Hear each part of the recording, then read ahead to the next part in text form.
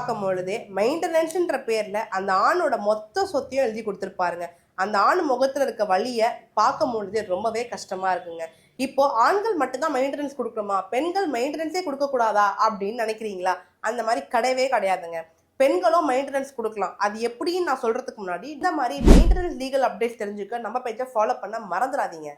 Marriage அப்பவே அந்த பெண் தான் அந்த ஆணை பார்த்துக்கிட்டு இருக்காங்க அப்படின்னாலுமே, இல்லை அந்த ஆண் ஏர்ன் பண்ற அமௌண்ட் அவங்கள பார்த்துக்கிறதுக்கே பத்தலை, அந்த பெண் தான் குடும்பத்தை நடத்திட்டு வந்திருக்காங்க அப்படின்னும் பொழுது, அது மட்டும் இல்லாமல் அந்த ஆணோட அந்த பெண் அதிகபட்சம் ஏர்ன் பண்ணுறாங்க அப்படின்றது நீங்கள் கோர்ட்டுக்கு ப்ரூவ் பண்ணுறீங்க அப்படின்னும் பொழுது, நீங்கள் தாராளமாக மெயின்டெனன்ஸ் பெண்கள் கிட்ட இருந்தும் வாங்கிக்க முடியுங்க.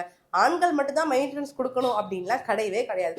இப்போ இருக்க நிறைய கேசஸில் பார்த்தீங்கன்னா ஆண்களும் பெண்கள் கிட்ட இருந்து மெயின்டெனன்ஸ் வாங்குறாங்க. நீங்கள் அதையும் கண்டிப்பாக தெரிஞ்சுக்கணும். ஆனால் இதில் அதிகமாக யார் பாதிக்கப்படுறான்னு கேட்டிங்கன்னா கண்டிப்பாக ஆண்கள் தாங்க.